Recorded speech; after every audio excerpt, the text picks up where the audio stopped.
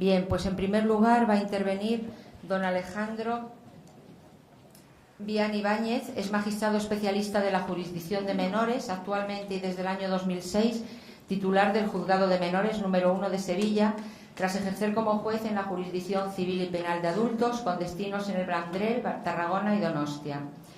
Ha participado como ponente en numerosas jornadas relacionadas con la jurisdicción penal del menor y particularmente interesante me ha parecido una ponencia en la que podéis encontrar en Internet relativa a la problemática de la duplicidad de enjuiciamiento en procesos con menores y mayores encausados. Un tema muy interesante de verdad y que os la recomiendo. Cuando quiera, don Alejandro.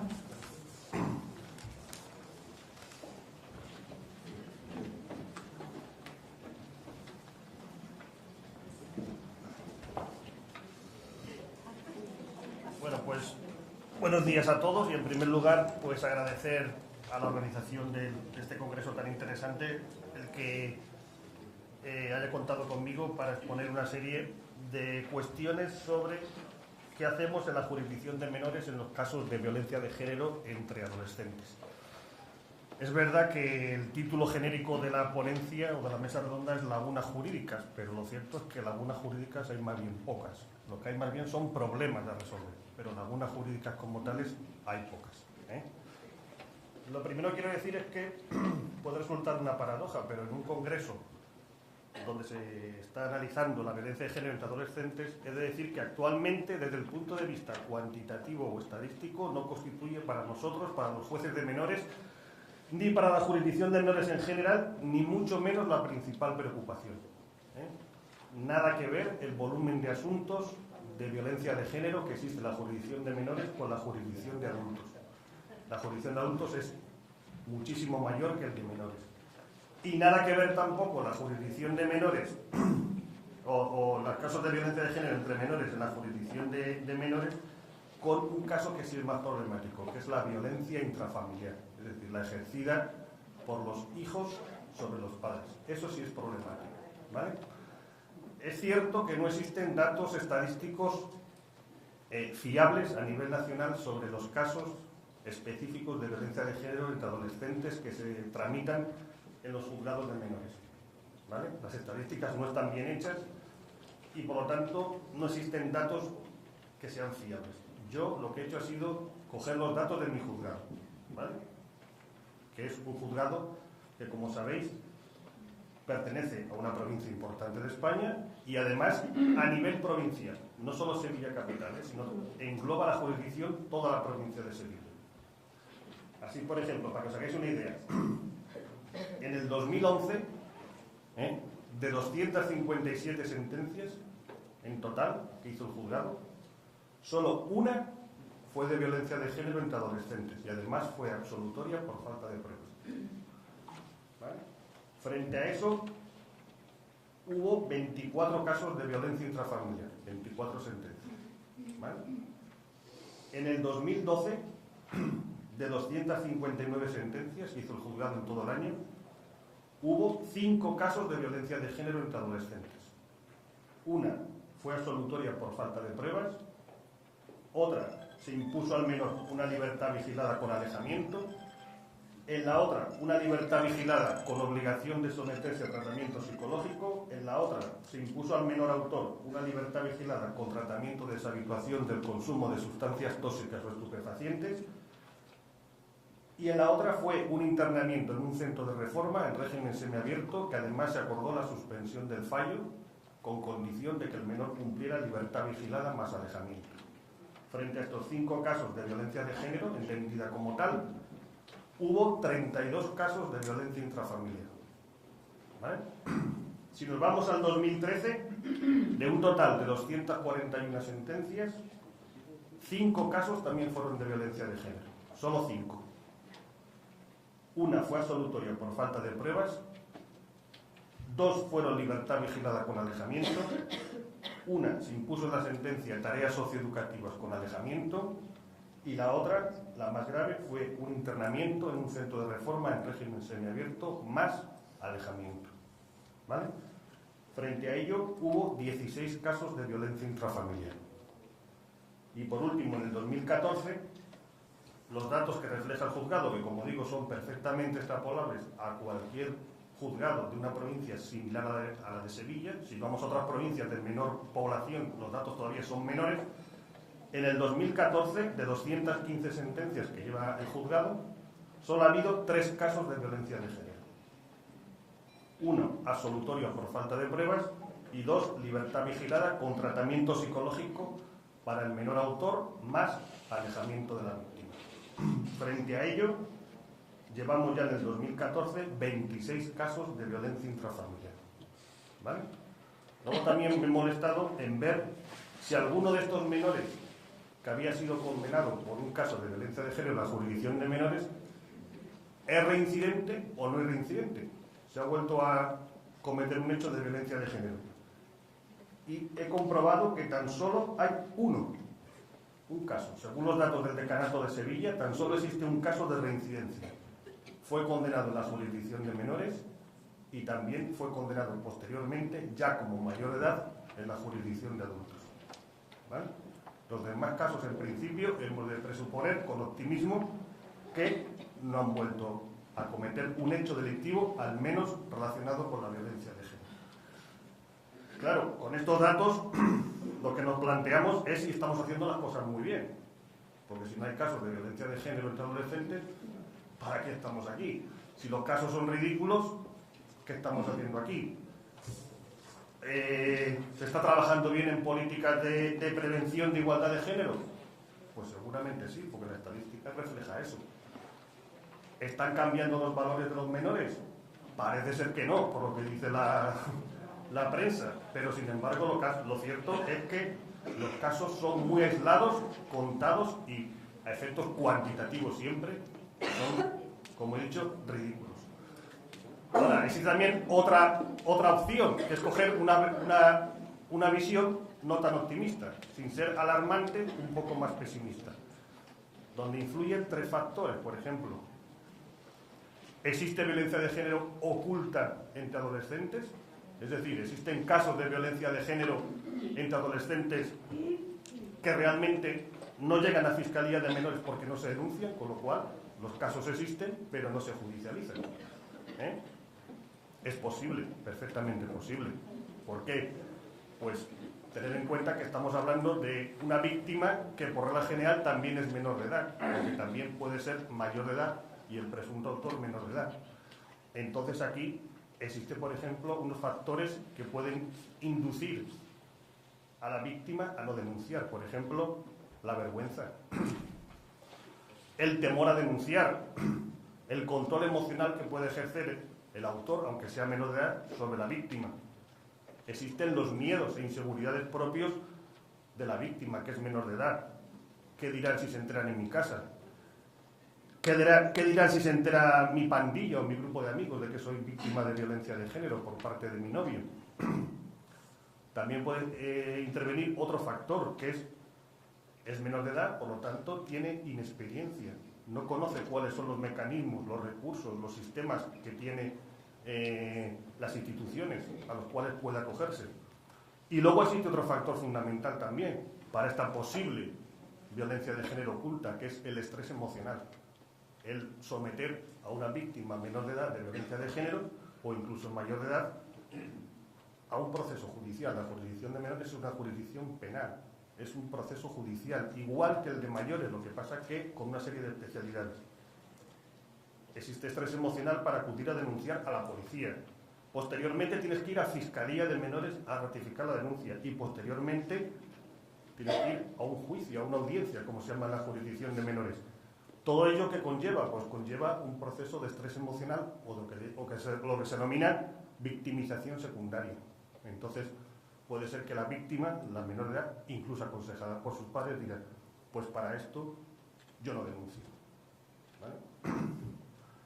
Luego existe otro factor también para que se puede tomar en consideración, que puede ser también objeto de debate, que es no se denuncia porque existe una cierta creencia, es errónea, pero generalizada, de que como el agresor es menor de edad, ¿para qué vamos a denunciar?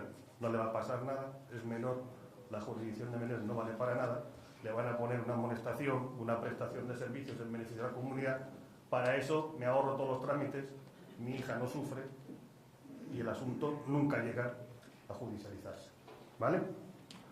Y luego hay otra cuestión, que si vemos las estadísticas que os he dicho, es verdad, no existe estadísticamente violencia de género entre adolescentes, pero sí existe otro nuevo tipo de violencia de género, que es la violencia de género que ejercen los hijos sobre sus madres. De todos los datos que os he dado, lo he computado y el 80% de los casos de violencia intrafamiliar fueron ejercidas por menores, varones y mujeres, sobre sus madres, no sobre sus padres, sobre las madres. Por lo tanto, aquí sí hay otro problema de violencia de género, no la clásica, tal cual entendida, entre relaciones de noviazgo o relaciones sentimentales, sino la violencia que se ejerce por los hijos sobre las madres fundamentalmente. También sobre los padres, pero básicamente sobre las madres. ¿Vale? Lo que sí os he de decir que no es cierto que la jurisdicción de menores no valga para nada. Al revés. La jurisdicción de menores tiene mecanismos, tiene recursos suficientes, tiene medidas en materia de violencia de género que dan respuesta no solo a la víctima, sino lo que a nosotros nos interesa. A nosotros nos interesa la víctima, totalmente, como a todas las jurisdicciones, pero nos interesa un sujeto muy importante, que es el autor del hecho delictivo. Nosotros miramos por la víctima, pero miramos también por una persona, que es por el autor del hecho delictivo. ¿Vale? Teniendo en cuenta esto, no debéis olvidar lo que os dije al principio. La jurisdicción de menores es jurisdicción penal. Por lo tanto, el presunto autor de un hecho delictivo, un menor de edad, ha de ser siempre mayor de 14 años y menor de 18 años. Si es menor de 14 años, carece de responsabilidad penal. Si es mayor de 18 años, ya no interviene la jurisdicción de menores, sino que interviene la jurisdicción de adultos, los órganos judiciales propios de la jurisdicción de adultos. Por lo tanto, siempre el presunto autor, el autor, tiene que ser mayor de 14 y menor de 18. Y en la jurisdicción de menores existe una regla de oro fundamental que se aplica también, por supuesto, no solo a todos los delitos, sino también a los delitos relacionados con la violencia de género. Y es que el menor de edad nunca puede ser de peor condición que el mayor de edad. Por lo tanto, como es jurisdicción penal, el menor de edad, autor de un hecho delictivo relacionado con la violencia de género, goza de todos los derechos fundamentales propios de un adulto. ¿Vale? Presunción de inocencia, indubio pro reo, derecho a la asistencia letrada, derecho a no declarar contra sí mismo, derecho a no confesarse culpable y principio de proporcionalidad. Se te declara autor de un hecho delictivo relacionado con la violencia de género, pero no se te puede imponer cualquier medida, sino una medida que sea proporcional no solo a la gravedad de los hechos que has cometido, sino también a tus circunstancias personales, sociales y familiares. ¿Vale? La víctima en la jurisdicción de menores, por regla general, es una mujer también menor de edad, entre 14 y 18. Pero también se han dado casos de supuestos en los cuales el menor era menor de edad, pero la víctima no. La víctima ya había alcanzado la mayoría de edad. Por ejemplo, 17 presunto autor, 19 la víctima, 17, 18. ¿Vale? No cabe duda tampoco que en la jurisdicción de menores las relaciones sentimentales entre adolescentes merecen la tutela penal reforzada que tiene en la jurisdicción de adultos. Ya se ha superado las viejas teorías jurisprudenciales de que decían no, porque una relación sentimental o afectiva entre adolescentes no es la misma que la relación afectiva o sentimental que existe entre adultos. Evidentemente, no es lo mismo. Estamos de acuerdo, ¿no?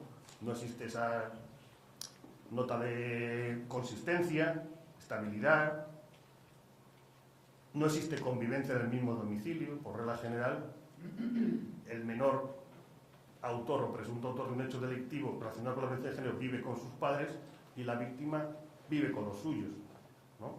Pero sin embargo, como os digo, la jurisprudencia ya está sentada en el sentido de que también las relaciones de violencia de género entre adolescentes merecen esa tutela penal reforzada y por lo tanto se aplican los mismos tipos penales, los mismos delitos previstos en la jurisdicción de adultos.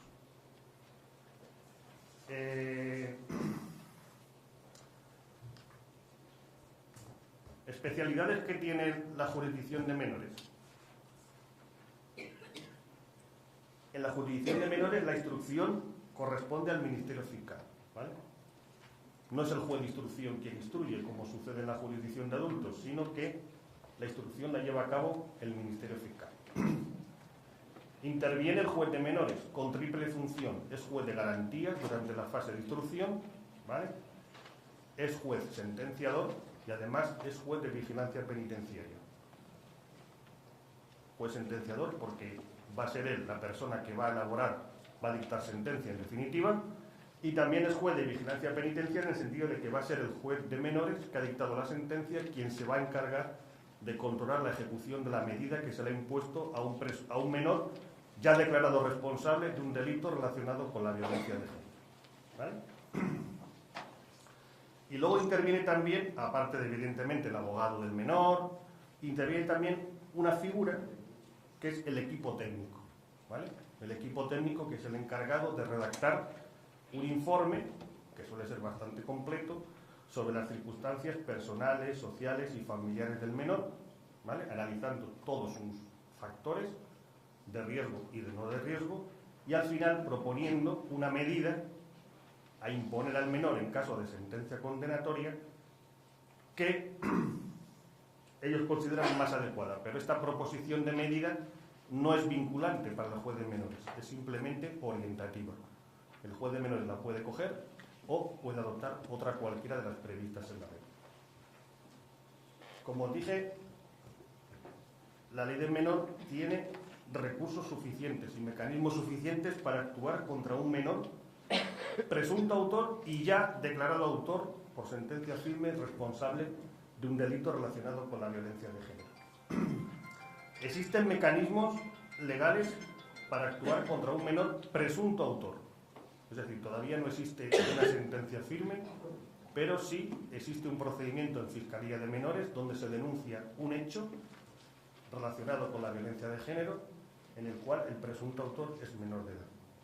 ¿Cómo se actúa contra este menor todavía presunto autor? No ha habido juicio, simplemente hay una denuncia, una serie de diligencias de instrucción practicadas en Fiscalía, pero no hay juicio. La ley del menor regula la posibilidad de adoptar medidas cautelares, ¿vale? Medidas cautelares que además son de dos tipos. Pueden ser privativas de libertad de este menor presunto autor de un hecho relacionado con la violencia de género, o bien pueden ser medidas no privativas de libertad, ¿vale? Entre las medidas privativas de libertad están básicamente los internamientos en centros de reforma. El menor presunto autor de un hecho relacionado con la violencia de género se le interna, se le ingresa en un centro de reforma como presunto autor de este hecho a la espera de que se celebre el juicio, ¿vale? Y entre las medidas no privativas de libertad podemos citar básicamente tres. Libertad vigilada cautelar, convivencia en grupo educativo, aunque esta medida se aplica menos de forma cautelar y también se aplica menos en sentencia firme porque se reserva más para los casos de violencia intrafamiliar, y luego se puede acordar como medida cautelar el alejamiento, ¿vale? ¿Cuál es la primera cosa más urgente que necesita la víctima? Separarla radicalmente del presunto autor de los hechos, ¿no? Pues entonces se puede acordar como medida cautelar el alejamiento. Respecto al alejamiento, luego ya cuando exista sentencia firme os haré una breve mención. Por lo tanto, desde el punto de vista de la jurisdicción de menores, incluso antes de que el menor haya sido declarado responsable, existen mecanismos legales suficientes para proteger a la víctima. Si el procedimiento continúa hacia adelante, es decir, si el Ministerio Fiscal sigue instruyendo la causa, el expediente de reforma, que es el término legal exacto, y considera que existen indicios suficientes y el menor debe ser llevado a juicio. En menores no se llama juicio, sino que se llama audiencia, ¿vale? El término propio es audiencia. Entonces se celebra un juicio, ¿vale? La celebración del juicio no tiene especiales características respecto a la jurisdicción de mayores, pero sí os quiero resaltar dos cosas. Primero, que necesariamente debe estar en el acto del juicio el representante del equipo técnico, ¿vale? Y luego una cosa muy importante, que es la necesidad, en la inmensa mayoría de los casos, de los pocos casos que hay, pero en casi todos se acuerdan, la necesidad de adoptar medidas de protección de la víctima, para que la víctima declare en el acto del juicio en condiciones aptas de serenidad y de tranquilidad. Ya de por sí he pasado por todo un proceso judicial, aunque sea en la jurisdicción de menores, pero es un proceso judicial. Ya he denunciado, ya he vuelto a Fiscalía de Menores, ya me he ratificado en mi denuncia, ¿vale? Ahora encima me tengo que enfrentar ya en un juicio, en una audiencia, al presunto autor. Por lo tanto, vamos a intentar al menos que mi declaración sea lo más serena, lo más tranquila posible. Entonces, como digo, en la inmensa mayoría de los casos, hay veces que no, hay veces que la víctima dice: no quiero ningún tipo de protección, quiero declarar directamente. Entonces, pues declarar directamente. Pero en otros casos, la inmensa mayoría es que no. Entonces, lo que se hace es evitar la confrontación visual con el menor. ¿Cómo? De una forma muy clásica. Uso de mamparas u otros artificios. Los medios no dan para más, ¿vale?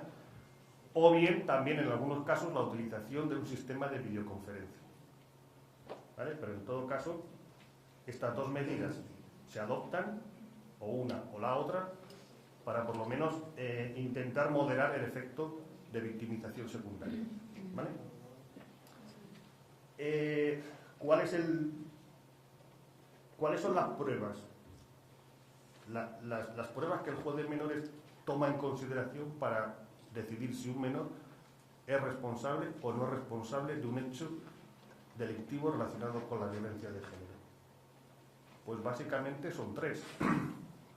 La declaración de la víctima, eso es fundamental. ¿Cómo tiene que ser? Pues tiene que ser, como dice la jurisprudencia, tiene que ser firme, constante, sin dudas, sin contradicciones, sin ambigüedades, que mantenga un relato uniforme en sus aspectos esenciales. No tiene que recordar dato por dato, pero sí en sus aspectos esenciales durante toda la tramitación del procedimiento. Sin retractaciones, es decir, no puedes declarar en la denuncia una cosa, en fiscalía otra y en el juicio otra. Tiene que haber una declaración firme, un relato uniforme, coherente, ¿vale? Otra prueba que se tiene en cuenta son las pruebas médicas, que por regla general no existen, pero en algunos casos, al menos o posiblemente en el último episodio de la violencia de género, sí existen pruebas médicas. Las pruebas médicas, o bien el informe, o bien el parte médico de urgencias, la menor ha acudido a un centro médico, ¿vale? Y el posterior informe forense de sanidad, ¿vale?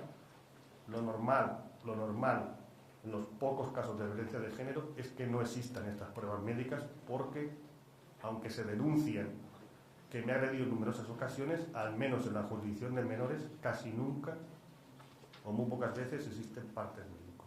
A lo sumo, el parte médico del último hecho denunciado, no de los anteriores, ¿vale? Y luego las testificales. Y aquí existe un problema, que es que los testigos, por regla general, suelen ser amigos de los dos implicados. Son amigos tanto del presunto autor como de la víctima. Forman parte de la misma pandilla, ¿vale? Entonces se les pone en un compromiso. Tengo que declarar a favor o en contra de dos personas que son amigas mías porque he estado durante un tiempo viviendo. O también existe el otro problema, y es que voy a ir a saco a por esta persona porque realmente mi amiga es ella, pero no él. O al revés, mi amigo realmente es el presunto autor y no la víctima. Entonces, las declaraciones testificales en la jurisdicción de menores, teniendo en cuenta cómo declaran además los menores, que es una cosa muy particular. Sus declaraciones testificales no son como las de un adulto. Hay que valorarlas de una forma un poco sui generis. ¿Vale? Se expresan de una manera, no tienen una visión del tiempo, del espacio, no saben tampoco, ¿sabes? Eso es una cuestión muy importante. Por lo tanto, lo fundamental son declaración de la víctima y pruebas médicas. Si existen pruebas testificales contundentes, que no es el caso, pues perfecto, pero por regla general las pruebas testificales de los menores presentan esos problemas que os he dicho. Ya para no alargarme más, se ha celebrado el juicio y el juez comprueba, o se declara la sentencia, que existen pruebas suficientes para condenar al autor, al menor, por un hecho relacionado con la violencia de género. Pues aquí, de nuevo, la jurisdicción de menores cuenta con recursos suficientes, tanto para la víctima como para el menor autor, ¿vale? La jurisdicción de menores tiene un objetivo fundamental, que es recuperar al menor autor de un hecho delictivo y, por lo tanto, como no puede ser menos, también recuperar socialmente al menor autor de un hecho delictivo relacionado con la violencia de género, ¿vale? ¿Cuáles son estas medidas judiciales? Pues, para los casos más graves de violencia de género, los internamientos en centros de reforma, en sus distintas modalidades. Existen internamientos terapéuticos porque el menor autor del hecho delictivo presente un problema de salud mental o presente un problema de consumo de sustancias estupefacientes, ¿vale? Los internamientos en un centro de reforma en régimen cerrado, que es el sistema más parecido, para que lo entendáis y abreviando, más parecido a lo que es la prisión en la jurisdicción de adultos. El internamiento en régimen semiabierto y el internamiento en régimen abierto. Importante, y así se hace, es que los internamientos, los menores sean sometidos a un programa educativo específico que prevenga la repetición de actos violentos relacionados con la violencia de género. Existen estos programas y realmente surten efecto y se aplican a los menores. Si el hecho delictivo cometido es un delito relacionado con la violencia de género, pero no tiene la nota de gravedad suficiente como para acordar una medida de privación de libertad del menor, la ley del menor vuelve a contar con recursos suficientes para actuar sobre el menor con una intervención educativa sancionadora, pero educativa, y sobre la víctima, ¿vale? ¿Qué medidas se aplican en este caso? La fundamental que se aplica es la libertad vigilada, ¿vale? La libertad vigilada, que el menor es sometido a un programa donde se trabajan sus carencias educativas, formativas y laborales. Pero como es un hecho relacionado con la violencia de género, lo normal es que la libertad vigilada vaya acompañada de una serie de reglas de conducta.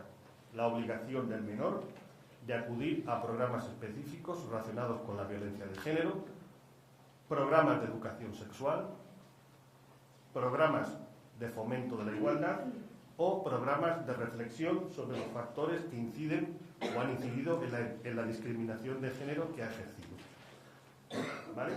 También esta libertad vigilada va acompañada, si el menor autor de un hecho delictivo relacionado con la violencia de género lo necesita, de la obligación de asistir a tratamiento psicológico, ¿vale?, que se actúe psicológicamente sobre el menor, o bien a un tratamiento de deshabituación del consumo de sustancias tóxicas o estupefacientes, ¿vale? La libertad vigilada, lo que se suele hacer es imponer al menor libertad vigilada con estas reglas de conducta que os he dicho, y la otra medida, la de protección de la víctima, alejamiento, medida de alejamiento, ¿vale? Otra medida que se suele imponer en medio abierto son las tareas socioeducativas, ¿vale?, siempre y cuando los hechos de la violencia de género no tengan especial gravedad, ¿vale? En este caso, lo que se trabaja con el menor es el control de impulsos o bien la resolución adecuada o pacífica de conflictos. Se impone medida de tareas socioeducativas más alejamiento para proteger a la víctima. Y luego está la medida de alejamiento, la que comenté. Se puede imponer cautelarmente o bien en sentencia judicial firme. ¿Cuál es el problema que tiene la medida de alejamiento y por qué casi nunca se pone de forma autónoma? Es que el alejamiento no tiene contenido educativo. Es simplemente una medida, contenido educativo para el menor, ¿vale?, autor. Es simplemente no te puedes acercar a la víctima. pero no tiene mayor contenido educativo. Entonces lo que se hace en la práctica en los juzgados es acordar el alejamiento, pero siempre que vaya acompañado de otra medida. Como os he dicho, libertad vigilada o bien tareas socioeducativas. ¿Vale? Y ya para terminar, para no extenderme más, sí quería hacer referencia a una cosa que sí es específica de la jurisdicción de menores, que es la responsabilidad civil. ¿Vale? La responsabilidad civil, suponeos, por ejemplo, el supuesto de que la víctima de violencia de género, por un hecho delictivo cometido por un menor, ha sufrido lesiones físicas. Existen partes médicos, existen partes forenses que así lo acreditan. Ha precisado unos días de curación de esas lesiones, ha sufrido probablemente secuelas físicas, pero también ha podido sufrir lesiones psicológicas o un daño moral que quiere reclamar legítimamente en el procedimiento de la jurisdicción de menores. Pues también la jurisdicción de menores da respuesta a esta cuestión y además lo hace de forma reforzada respecto a la jurisdicción de adultos. En la jurisdicción de adultos el responsable civil es el que ha cometido el hecho delictivo, nadie más, ¿vale? En la jurisdicción de menores no. El responsable, quien debe pagar el dinero, es el menor y sus padres, de forma conjunta y solidaria, ¿vale? Y además es una responsabilidad objetiva, ¿eh? Nunca se puede excluir. Los padres siempre tienen que pagar, aunque sí se puede moderar. ¿Cuándo se puede moderar? Cuando los padres prueben, además a ellos les corresponde la carga de la prueba, que no han favorecido la conducta delictiva de sus hijos con dolo o negligencia grave. La prueba, en la mayor parte de los casos, es imposible, ¿eh? Entonces el resultado final es que terminan respondiendo de forma conjunta y solidaria el menor y sus padres, ¿vale? Y hasta aquí más o menos la exposición que voy a decir.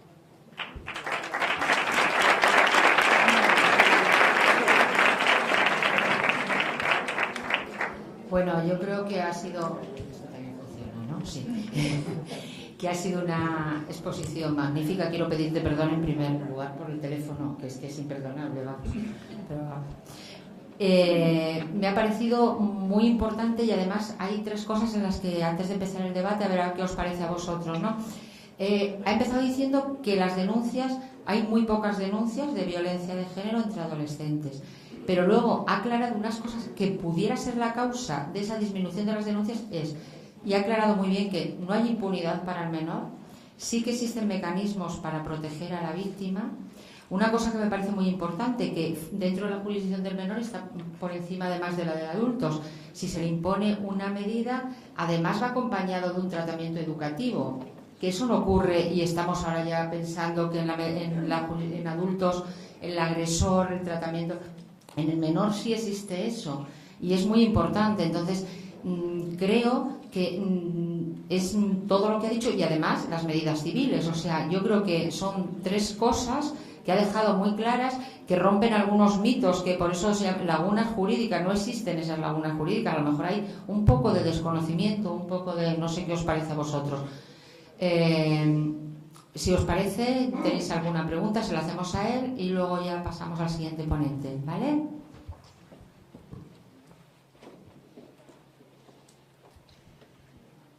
Buenos días. Bueno, yo quisiera felicitar al ponente porque ha estado muy interesante y muy revelador los datos que nos ha aportado de la sentencia de los juzgados de menores en Sevilla y provincia. Sí, de su juzgado. Pero yo creo que se puede extrapolar exactamente a otro juzgado. Y es desolador comprobar cómo, por ejemplo, ha comentado que en el año 2011, de 257 sentencias, solamente hay una de violencia de género en adolescentes. Hubiera sido muy interesante... ¿Desolador o alentador? Bueno, yo creo que hubiera sido muy interesante saber... En ese mismo año, en ese juzgado, en los juzgados de adultos, pues cuál era el número de sentencias de esa provincia o de ese juzgado de adultos y el número de condenas por violencia de género de adultos. Pero sin tener ese dato, yo creo que sí nos dice el sentido común que es imposible que una persona, cuando cumple la mayoría de edad, ¿no? Adquiere la mayoría de edad desde el día de su cumpleaños feliz y se vuelve agresor. Eso no es posible. No es posible que de repente ya tengamos una estadística muy elevada en la jurisdicción de adultos, ¿no? Entonces, aquí sí hay un problema. Hay un problema, puesto que lo ha además señalado, ¿no? Puede ser, yo creo que sobre todo falta de información, que se desconoce por parte de los menores que están siendo víctimas de violencia. Creo también que es muy importante adaptar pues, las normas que tenemos a la forma de comunicarse de los menores, porque el mero hecho de controlar el móvil, su movimiento, es un delito de coacciones. Eso se está aplicando así y eso es violencia psíquica, ¿no? Por tanto, habría que, yo creo que el problema, que hay un problema evidente, porque no puede ser que no haya esa sentencia en el ámbito de menores y después se incremente de una forma muy gradual, ¿no?, en jurisdicción de adultos. Por eso ahí habrá que buscar normas específicas. ¿Qué ocurre con la orden de alejamiento, con la medida de seguridad de alejamiento del menor cuando comparten el mismo colegio? ¿Quién se va? ¿Se va la chica? ¿A él lo expulsan del colegio? ¿Cómo se materializa eso, no? Porque es que además, si no, aunque resolvamos el tema de la violencia de género, se condena a esa persona, pues vamos a entrar en un delito de bullying, ¿no?, de acoso escolar, cuando se queden en el mismo colegio.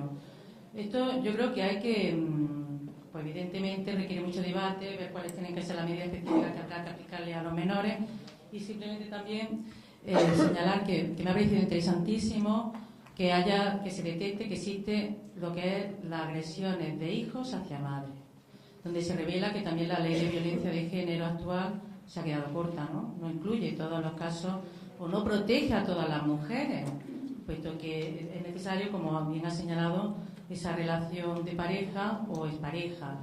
Por tanto, también puede ser el momento de reflexionar. Habrá que ampliar a las víctimas de protección en la ley de violencia de género.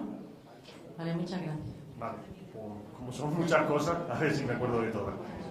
La primera, el número tan desproporcionado de asuntos de violencia de género que se ve en mi juzgado con respecto a los que hay en la jurisdicción de adultos, que son numerosísimos. Yo no podría, que hubiera necesitado un mes para preparar cuántos casos de violencia de género ha habido, cuántos ha terminado con sentencia absolutoria, cuántos con sentencia condenatoria o cuántos se han quedado en el camino, con sobreseimientos provisionales, sobreseimientos archivos definitivos, e imposible saberlo.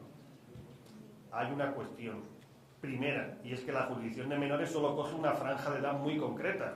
Eso para empezar, coge de, como dije, más de 14, menos de 18 en el autor, ¿vale? En la víctima no. Lo normal es que un menor esté con otra menor o con una mayor próxima a su edad, aunque sea mayor de edad. Mientras que la jurisdicción de adultos, claro, es que coge de 18 años hasta que se muere. Entonces, claro, no es que automáticamente a los 18 uno cambie el chip, lo puede cambiar a los 25, a los 30, a los 60. Tampoco creo que sea un problema de cambiar el chip, sino más bien un proceso que se desarrollará durante unos años, ¿vale? Por lo tanto, eso puede explicar un poco la diferencia tan abismal de asuntos, aparte de otros factores que, como he señalado, violencia oculta o bien creencia errónea, pero generalizada, no solo en el delito de violencia de género, sino en otros muchos delitos, de que la jurisdicción de menores no sirve para nada. ¿Para qué vamos a ir a un proceso de menores? Para que, como dice el refrán, los pies fríos y la cabeza caliente, ¿no? O algo así. Para perder el tiempo, para que al final no se haga nada con el menor, para que se le imponga una mínima medida, el asunto queda en casa, queda cerrado, queda zanjado y se acabó el asunto. Luego, otra cosa que me has planteado es el caso de menor autor, el alejamiento, ¿vale? El alejamiento es la única medida que no ejecuta como tal técnicos de la Dirección General de Justicia Juvenil, que son los que ejecutan las medidas, ¿vale? La libertad vigilada o las tareas socioeducativas se designa un técnico que pertenece a la Junta de Andalucía, que es el encargado de elaborar el programa, lo que el chico tiene que hacer, ¿vale? Y quien remite los informes periódicos sobre si está cumpliendo o no está cumpliendo con la libertad vigilada, ¿vale? En el alejamiento, quien vigila eso es como en mayores, son las fuerzas y cuerpos de seguridad del Estado, ¿vale? El mecanismo es el mismo, de notificación.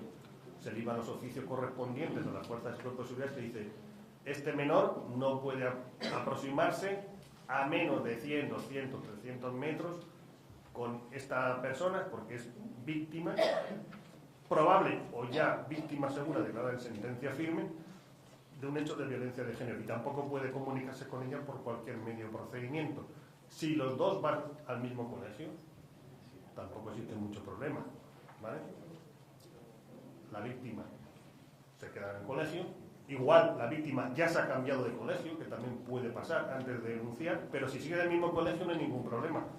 La víctima se queda en el colegio y el autor, cautelar o ya por sentencia firme, se marcha a otro colegio, se pide una plaza a la dirección general y se le cambia de colegio. No tiene mayor problema, ¿eh?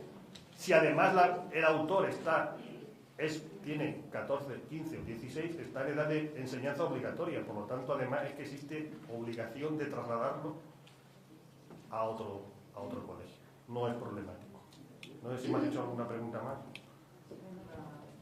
Me parece que debería de ampliarse el contexto, la protección dentro de la violencia de género a otra tipo de mujeres. Sí, se podría. Siempre y cuando el menor se quede en la jurisdicción de menores. Ojo, eso es muy importante. No existe ningún problema en que se considere como un caso de violencia de género el maltrato que se ejerce sobre las madres. Es que en realidad se aplican los mismos tipos penales. Lo que no se puede hacer.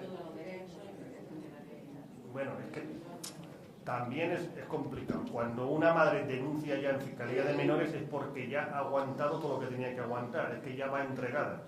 Quiero decir, va a declarar porque ya no le queda más remedio, porque si de por sí la víctima de violencia de género clásico, la relación de noviazgo sentimental, lo normal es que haya aguantado, desgraciadamente, previas agresiones o previo control psíquico, emocional, o todos los supuestos que se pueden ejercer.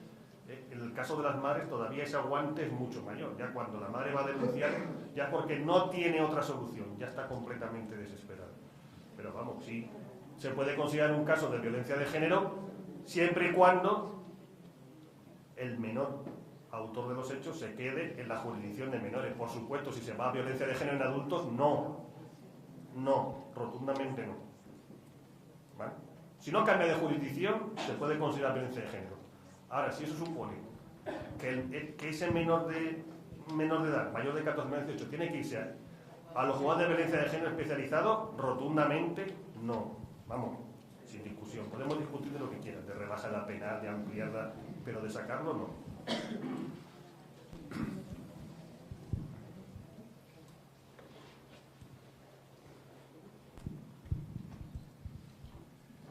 Buenos días.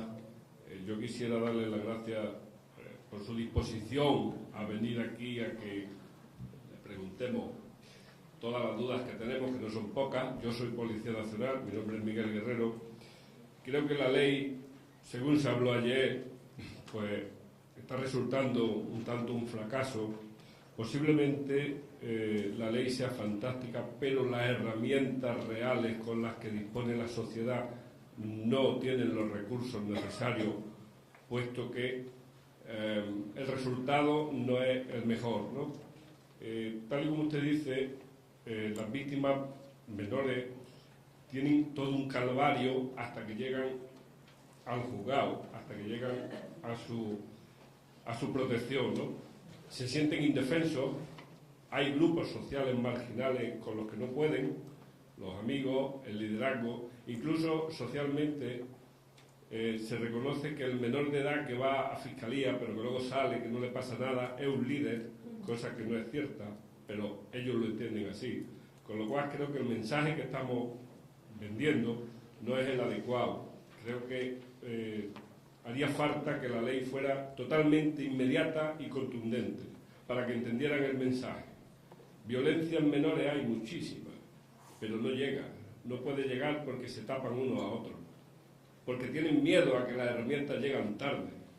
Y hay una cosa que me ha llamado la atención, que usted dice que una forma de denunciar los datos es el parte médico, el informe forense, la declaración del menor, para la cual ha pasado todo un largo tiempo, y no ha hecho usted alusión al atestado policial, que es una de las primeras y más inmediatas causas cuando hay un problema entre menores, hay un problema entre progenitores y menores, y yo no tengo los recursos y no tengo el protocolo de actuación que me permite ser implacable en esa acción.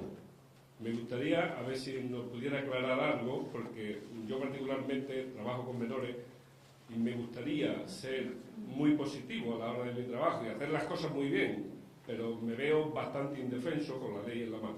Gracias. Vale.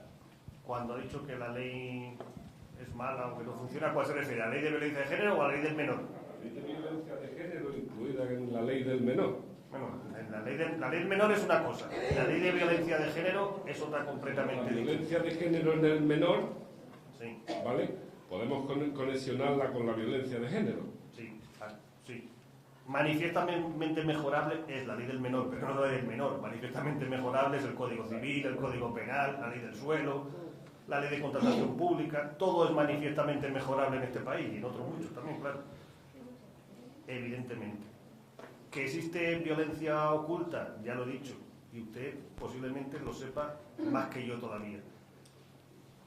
No es cierto lo que dice, que el menor sale de la Fiscalía de Menores sin hacerle nada.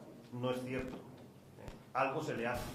Se le impone una medida cautelar, o por lo menos se le dice, ojo, que esto es un procedimiento judicial. ¿Vale? Lo cierto, la prueba que he dicho es que da resultados. Solo he visto un caso de reincidencia. ¿Vale? Posiblemente haya más, pero solo he visto un caso de reincidencia. Y luego la otra cuestión es el atestado policial, ¿vale? Aquí en menores no existe ninguna otra... Existen las mismas reglas de valoración de la prueba que existe en la jurisdicción de adultos. El atestado policial, ¿qué valor tiene? Es una denuncia.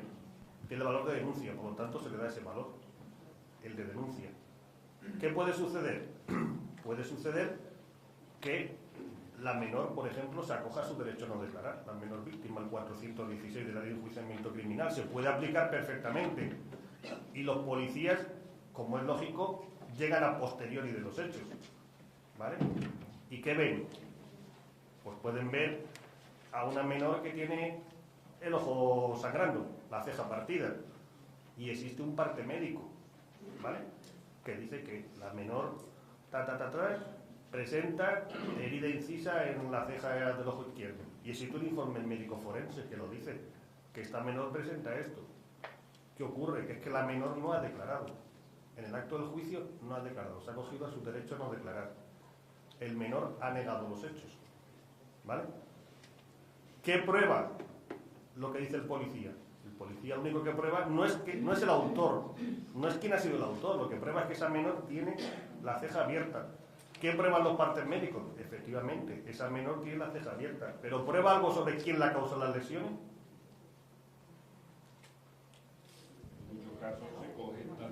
En muchos casos sí lo hay más, claro, es que hay que valorar todas las pruebas en su conjunto, pero el atestado tiene valor de denuncia y las declaraciones de los policías, por regla general, son declaraciones testificales de referencia, y cuando existe un testigo directo, las declaraciones testificales de referencia, a falta de otras pruebas, no sirven, pero no sirven en menores ni sirven en mayores. Las reglas de valoración de la prueba son idénticas en las dos jurisdicciones. Luego la cuestión de medios, pues sí, totalmente de acuerdo con usted. Cuanto más medios, mejor. Es que esa pregunta y sería la última. Luego, al final, intervienen los siguientes ponentes para que les dé su tiempo y después hacemos todas las que queden en el tintero, ¿de acuerdo? Empezamos por vosotros, los que os habéis quedado. En relación con la pregunta primera, con la intervención primera, a mí me interesa especialmente dada la ambigüedad del concepto adolescente, lo mismo que el concepto joven, que desde el punto de vista jurídico pues no procede, porque o se tiene menos de 18 o se tiene más de 18. El enfoque de los acontecimientos primero y de las consecuencias después es absolutamente distinto. Dicho esto, y restringiéndome al ámbito de los centros educativos de enseñanza obligatoria, bachillerato, ciclos formativos, a mí no me consta que eso sea tan fácil, lo que usted ha dicho de inmediatamente se procede a que la víctima se pueda quedar en su centro e inmediatamente se procede a que salga el denunciado, ni cautelarmente. Y si la denuncia se produce como, yo creo que todos los que estamos aquí intuimos, y seguramente usted conozca, como consecuencia de una presión ejercida, superando miedos familiares, personales, etcétera, situaciones de acoso, Hombre, a mí la falta de rapidez en la contundencia y en la firmeza de una decisión cautelar que proteja no tanto al menor autor, porque, como usted ha dicho de forma taxativa, el objetivo de la ley es la recuperación del menor autor. Pero cuando la víctima es menor, eso está permanentemente en el olvido.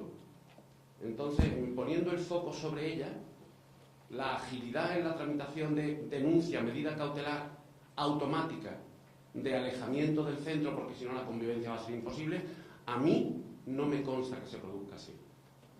Salvo que usted me corrija, tenga más información o pueda... Respecto de la inmediatez, denuncia, medida cautelar, sí, sería lo aconsejable, pero ya advertí también, advertí que la jurisdicción de menores es una jurisdicción penal, que no se puede hacer lo que uno quiera. Hay una denuncia, pues te alejo. No. Tiene que haber indicios racionales de que ese hecho se ha cometido presuntamente. Tiene que haber una comparecencia. Tiene que solicitar el Ministerio Fiscal que se acuerde esa medida cautelar. El juez de menores de oficio no puede acordarla, ¿vale? Tiene que ser a petición del Ministerio Fiscal, ¿vale? Y siempre no sobre la base de la denuncia, sobre la base de la denuncia ratificada en Fiscalía y que presente indiciariamente unos visos de que es creíble, que es posible, que es factible, que es coherente, indiciariamente, no con prueba plena, pero sí indiciariamente, ¿vale? Por lo tanto, ya, claro, la inmediatez, pero es que el concepto de justicia y rapidez nunca han estado unidos ni nunca lo estarán, porque es imposible, ¿vale? Que la víctima es la gran olvidada de la jurisdicción, no solo de menores, también de mayores, eso no es ninguna especialidad de menores, ¿vale? Lo que sí le digo es que si se ha acordado la medida cautelar, si se ha acordado, ¿vale?, el cumplimiento es rápido, inmediato y efectivo. No recuerdo ahora ningún caso en concreto, no lo recuerdo, pero sí recuerdo un caso de una agresión a un profesor donde el alejamiento, evidentemente el profesor se quedó en su puesto de trabajo y el menor fue automáticamente expulsado del centro. Expulsado no solo por normas internas de comportamiento del centro, sino porque se acordó una medida de alejamiento, la prohibición del menor de acercarse al profesor, y automáticamente tenía plaza al día siguiente en otro colegio. ¿Vale? Bueno, muchas gracias, don Alejandro. En total, que hizo el juzgado, solo una fue de violencia de género entre adolescentes y además fue absolutoria por falta de pruebas. ¿Vale? Frente a eso, hubo 24 casos de violencia intrafamiliar, 24 sentencias. ¿Vale? En el 2012, de 259 sentencias que hizo el juzgado en todo el año, hubo 5 casos de violencia de género entre adolescentes. Una fue absolutoria por falta de pruebas, otra se impuso al menor una libertad vigilada con alejamiento, en la otra una libertad vigilada con obligación de someterse a tratamiento psicológico, en la otra se impuso al menor autor una libertad vigilada con tratamiento de deshabituación del consumo de sustancias tóxicas o estupefacientes, y en la otra fue un internamiento en un centro de reforma en régimen semiabierto, que además se acordó la suspensión del fallo con condición de que el menor cumpliera libertad vigilada más alejamiento. Frente a estos 5 casos de violencia de género, entendida como tal, hubo 32 casos de violencia intrafamiliar. ¿Vale? Si nos vamos al 2013, de un total de 241 sentencias, 5 casos también fueron de violencia de género. Solo 5. Una fue absolutoria por falta de pruebas, 2 fueron libertad vigilada con alejamiento, una se impuso en la sentencia tareas socioeducativas con alejamiento y la otra... Bien, pues en primer lugar va a intervenir don Alejandro Bian Ibáñez, es magistrado especialista de la jurisdicción de menores, actualmente y desde el año 2006, titular del Juzgado de Menores número 1 de Sevilla, tras ejercer como juez en la jurisdicción civil y penal de adultos, con destinos en el Vendrell, Tarragona y Donostia. Ha participado como ponente en numerosas jornadas relacionadas con la jurisdicción penal del menor y particularmente interesante me ha parecido una ponencia de la que podéis encontrar en Internet relativa a la problemática de la duplicidad de enjuiciamiento en procesos con menores y mayores encausados, Un tema muy interesante de verdad y que os la recomiendo. Cuando quiera, don Alejandro.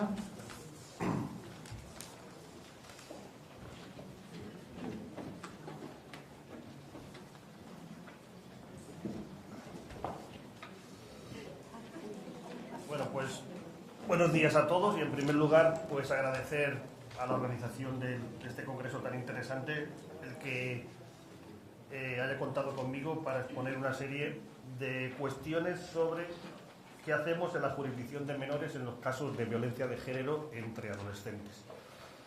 Es verdad que el título genérico de la ponencia o de la mesa redonda es lagunas jurídicas, pero lo cierto es que lagunas jurídicas hay más bien pocas. Lo que hay más bien son problemas a resolver, pero lagunas jurídicas como tales hay pocas. Lo primero que quiero decir es que puede resultar una paradoja, pero en un congreso donde se está analizando la violencia de género entre adolescentes, he de decir que actualmente, desde el punto de vista cuantitativo o estadístico, no constituye para nosotros, para los jueces de menores, ni para la jurisdicción de menores en general, ni mucho menos la principal preocupación. Nada que ver el volumen de asuntos de violencia de género que existe en la jurisdicción de menores con la jurisdicción de adultos. La jurisdicción de adultos es muchísimo mayor que el de menores. Y nada que ver tampoco la jurisdicción de menores o los casos de violencia de género entre menores en la jurisdicción de menores con un caso que sí es más problemático, que es la violencia intrafamiliar, es decir, la ejercida por los hijos sobre los padres. Eso sí es problemático, ¿vale? Es cierto que no existen datos estadísticos fiables a nivel nacional sobre los casos específicos de violencia de género entre adolescentes que se tramitan en los juzgados de menores, ¿vale? Las estadísticas no están bien hechas y por lo tanto no existen datos que sean fiables. Yo lo que he hecho ha sido coger los datos de mi juzgado, ¿vale?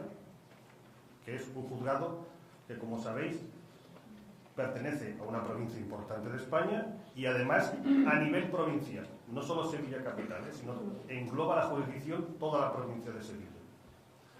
Así, por ejemplo, para que os hagáis una idea, en el 2011, de 257 sentencias, menos relacionado con la violencia de género. Claro, con estos datos lo que nos planteamos es si estamos haciendo las cosas muy bien. Porque si no hay casos de violencia de género entre adolescentes, ¿para qué estamos aquí? Si los casos son ridículos, ¿qué estamos haciendo aquí? ¿Se está trabajando bien en políticas de prevención de igualdad de género? Pues seguramente sí, porque la estadística refleja eso. ¿Están cambiando los valores de los menores? Parece ser que no, por lo que dice la prensa, pero sin embargo lo cierto es que los casos son muy aislados, contados y a efectos cuantitativos siempre son, como he dicho, ridículos.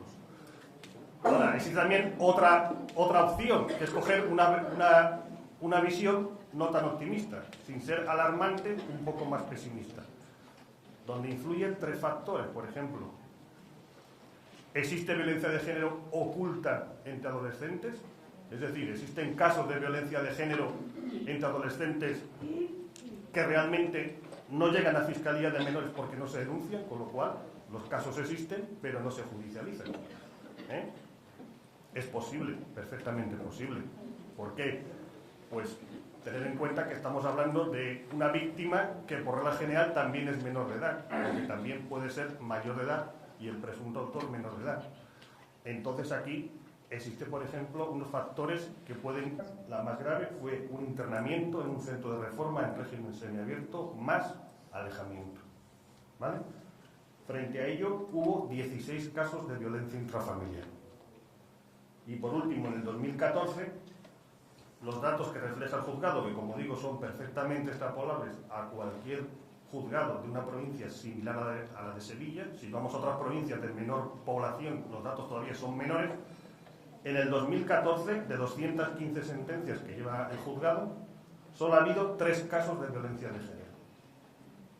1, absolutorio por falta de pruebas, y 2, libertad vigilada con tratamiento psicológico para el menor autor, más alejamiento de la víctima. Frente a ello, llevamos ya en el 2014 26 casos de violencia intrafamiliar, ¿vale? Luego también me he molestado en ver si alguno de estos menores que había sido condenado por un caso de violencia de género en la jurisdicción de menores es reincidente o no es reincidente. Se ha vuelto a cometer un hecho de violencia de género. Y he comprobado que tan solo hay un caso. Según los datos del Decanato de Sevilla, tan solo existe un caso de reincidencia. Fue condenado en la jurisdicción de menores y también fue condenado posteriormente, ya como mayor de edad, en la jurisdicción de adultos. ¿Vale? Los demás casos, en principio, hemos de presuponer con optimismo que no han vuelto a cometer un hecho delictivo al menos